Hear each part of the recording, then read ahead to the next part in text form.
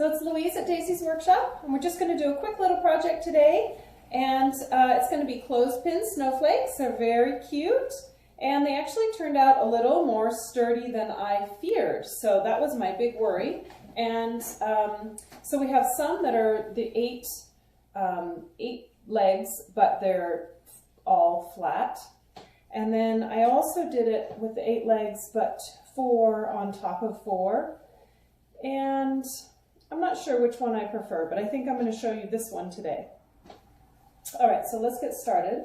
Let's put these up here, out of the way. And for decoration, I have these little half-size clothespins. Like these are standard size that I'm going to be using as a tool.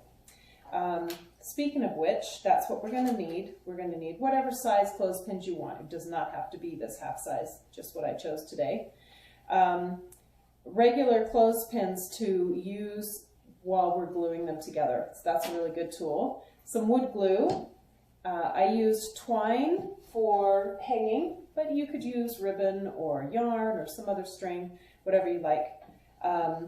Scissors to cut the twine, and then just a little something heavy to hold everything flat while the glue is drying. So I have a handy jar of wax. So the first thing we do is just take them apart. If you twist them, you can easily get this little metal piece off.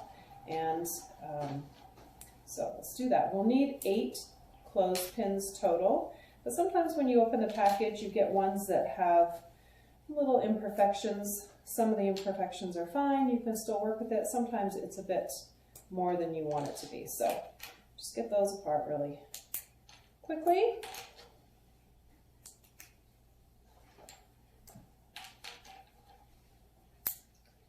And once you have all that done,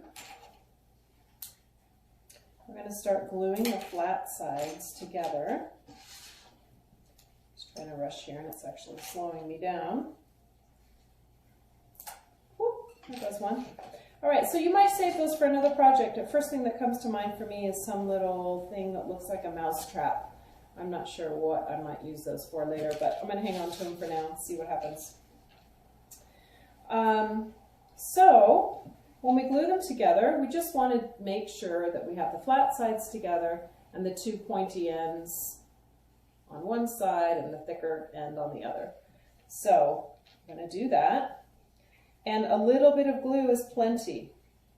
That's a bigger blob than I needed, but I'll just smear it down a bit. So I put them together as evenly as I can. And then this is when the other clothespins come into action. You can see I've been playing with those in the past. I just glue them, I just put them right there. And then now look again for glue, like you can see it's squirting out there. Just wipe it off now. It saves you a lot trying to sand it off after it's dried on there. All right, so we're going to do that times 8. Get these done really quickly, and then I'll be right back with you.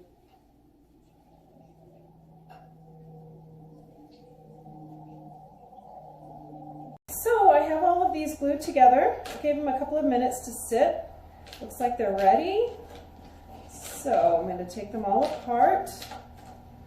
Well, not apart, but move the big clips off. And I set this out here because it does help me to have the lines. So if you have something that has some sort of lines to keep your project straight, it really helps. So I'll show you what I'm on these. There's 2 little flat pieces right here and here. And that's what we're going to use to stick them together. So they're not going to touch this way. They're going to stick together right on that little angled piece at the end. So, well, not at the end. Close to the end, I guess. All right, so I'm going to start with one. Put just a tiny dot of glue on each of those 2 angled sections.